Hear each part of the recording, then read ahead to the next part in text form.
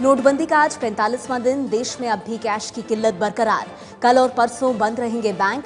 प्रधानमंत्री मोदी के 50 दिन के वादे में सिर्फ 5 दिन बाकी। स्टेट बैंक का अनुमान, फरवरी से पहले नहीं सुधरेंगे कैश की किल्लत के हालात। एसबीआई चेयरपर्सन अरुंधति भट्टाचार्य की एबीपी न्यूज से खास बातचीत। कहा, लोगों की बदमाशी ने रिजर्व बैंक को बार बार नियम बदलने पर मजबूर किया। नोटबंदी के बीच प्रधानमंत्री कार्यालय में फोन कर लोग काले धन वालों की जानकारी दे रहे हैं। बताया जा रहा है कि पीएमओ के निर्देश पर ही देश भर में काले धन वालों पर छापेमारी हो रही है। कैशलेस इकोनॉमी की तरफ सरकार का एक और बड़ा कदम। खाद्य आपूर्ति मंत्री रामविलास पासवान का बड़ा ऐलान। 31 मार्च 2017 तक सरकारी राशन की दुकानें होंगी कैशलेस। तेलंगाना का इब्राहिमपुर गांव बना दक्षिण भारत का पहला कैशलेस गांव। यहां लोग नकद में लेन देन के बजाय digital wallet, debit card, swipe machine का इस्तेमाल कर रहे हैं। देश की सबसे बड़ी कार निर्माता कंपनी मारुति सुजुकी ने कहा, नोटबंदी के बाद 2015 की तुलना में नवंबर में कार की बुकिंग में 20% की गिरावट, लेकिन दिसंबर में 7% की बढ़ोतरी हुई। दिल्ली के केजी मार्ग पर मौजूद कोटक महिंद्रा बैंक की आयकर विभाग ने की जांच। 38 से 40 करोड़ के काले धन को सफेद करने का शक। बैंक का गड़बड़ी से इनकार। बेंगलुरु में एक ज्वेलर के यहां आयकर विभाग की छापेमारी में 48 करोड़ की अघोषित आय का खुलासा। एक और जगह छापेमारी में 1 करोड़ 7 लाख रुपए के नए नोट जब्त। काले को सफेद करने के खेल में प्रवर्तन निदेशालय ने दिल्ली के वकील रोहित टंडन को बुलाकर की पूछताछ। कोलकाता के कारोबारी पारसमल के जरिए बदलवाए थे 2 करोड़ 62 लाख के पुराने नोट। दिल्ली के इंदिरा गांधी अंतर्राष्ट्रीय एयरपोर्ट पर 53,78,000 के नए नोटों के साथ एक नाइजीरियन नागरिक पकड़ा गया। आरोपी के पास से 4,29,000 के पुराने नोट भी बरामद। महाराष्ट्र के नासिक में 3 गाड़ियों से 1 करोड़ 38,30,000 रुपए कैश बरामद। इनमें से 1 करोड़ 35 लाख के नकली नोट हैं। लगभग 1.5 लाख रुपए की असली करेंसी है। लखनऊ के इंदिरानगर इलाके में नाले से 1,04,000 रुपए के 500 और 1000 के पुराने नोट मिलने से हड़कंप। पुलिस ये पता लगाने में जुटी है कि ये नोट नाले में किसने फेंके। बिहार के मुजफ्फरपुर में चपरासी के खाते से 13 करोड़ का लेन देन करने के आरोप में 2 कारोबारियों पर केस दर्ज। काले धन को सफेद करने का आरोप।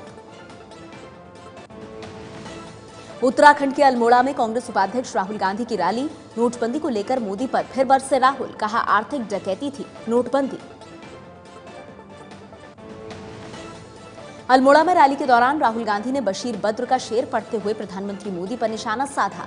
कहा, लोग टूट जाते हैं घर बनाने में, तुम तरस नहीं खाते बस्तियां जलाने में। राहुल ने अल्मोड़ा की रैली में फिर कहा कि प्रधानमंत्री ने देश के 50 अमीर परिवारों के 8 लाख करोड़ का कर्ज माफ कराने के लिए नोटबंदी का फैसला किया। वो परिवार मोदी की मार्केटिंग करते हैं। अपने पद से इस्तीफा दे चुके दिल्ली के एलजी नजीब जंग ने की प्रधानमंत्री मोदी से मुलाकात। राष्ट्रपति प्रणब मुखर्जी के दिल्ली से बाहर होने की वजह से अभी नहीं मंजूर हुआ है जंग का इस्तीफा। पंजाब में अगले साल होने वाले विधानसभा चुनाव के लिए कांग्रेस ने जारी की 16 उम्मीदवारों की दूसरी सूची। इस सूची में सिद्धू का नाम नहीं है। राष्ट्रीय लोकदल के नेता अजीत सिंह ने कहा है कि यूपी चुनाव में उनकी पार्टी का किसी के साथ कोई गठबंधन नहीं होगा। वो अकेले चुनाव लड़ेंगे। बीच में खबर आई थी कि मुलायम अजीत हाथ मिला सकते हैं।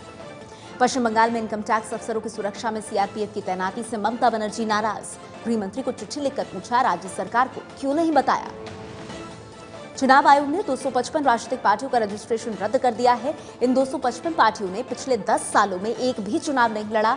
चुनाव आयोग को शक है कि ऐसी पार्टियां चंदे में मिली रकम पर टैक्स में छूट का गलत फायदा उठा रही हैं।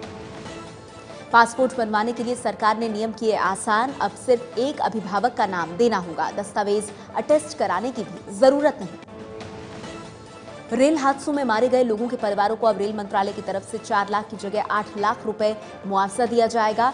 घायलों को दिया जाने वाला मुआवजा भी दोगुना कर दिया गया है। 1 जनवरी से फैसला लागू होगा। आगरा लखनऊ एक्सप्रेसवे आज से आम लोगों के लिए खुल गया है। महज 3.5 घंटे में आप लखनऊ से आगरा पहुंच सकते हैं। हालांकि एक्सप्रेसवे अभी पूरी तरह से तैयार नहीं हुआ है। रास्ते में कई जगह निर्माण का काम जारी है। तमिलनाडु की नई मुख्य सचिव गिरिजा वैद्यनाथन ने कार्यभार संभालने के बाद सीएम पनीर सेल्वम से मुलाकात की। इनकम टैक्स की छापेमारी के बाद राम मोहन राव को मुख्य सचिव के पद से हटा दिया गया था। मुंबई से सटे कल्याण में अपनी वड़ा पाव की दुकान तोड़े जाने से नाराज वेंडर ने दफ्तर में घुसकर नगरपालिका अफसर पर स्याही फेंकी। वेंडर की कर्मचारियों ने की पिटाई। लखनऊ में 7 साल की मासूम बच्ची से रेप। आशियाना नगर में घर से बच्ची को अगवा करके ले गए थे बदमाश। आरोपी बदमाशों की तलाश जारी। 2016 के ज्ञानपीठ पुरस्कार का ऐलान। बांग्ला के मशहूर कवि शंख घोष को दिया जाएगा पुरस्कार। 2 दशक बाद किसी बांग्ला लेखक को पुरस्कार मिला है। पुरस्कार के रूप में घोष को बागदेवी की प्रतिमा, 11 लाख रुपए और प्रशस्ति पत्र दिया जाएगा। ओडिशा के कटक में वायुसेना की तरफ से एयर शो का आयोजन। वायुसेना के विमानों ने दिखाए करतब। इस मौके पर ओडिशा के सीएम नवीन पटनायक भी मौजूद थे।